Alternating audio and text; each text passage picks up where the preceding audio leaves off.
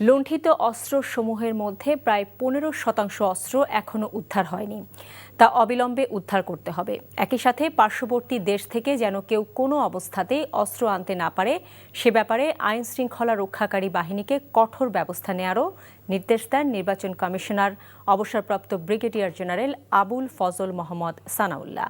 সকালে চট্টগ্রামে আইন শৃঙ্খলা রক্ষাকারী সেলের সাথে মত বিনিময় সভায় তিনি এ নির্দেশ দেন।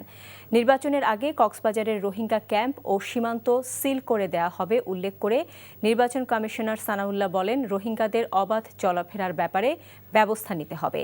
আগামী নির্বাচন উৎসব মুখর ও সম্পূর্ণ পক্ষপাতহীনভাবে সম্পন্ন করতে আইন শৃঙ্খলা রক্ষাকারী বাহিনীকে নির্দেশ দিয়েছেন মোহাম্মদ সানাউল্লাহ।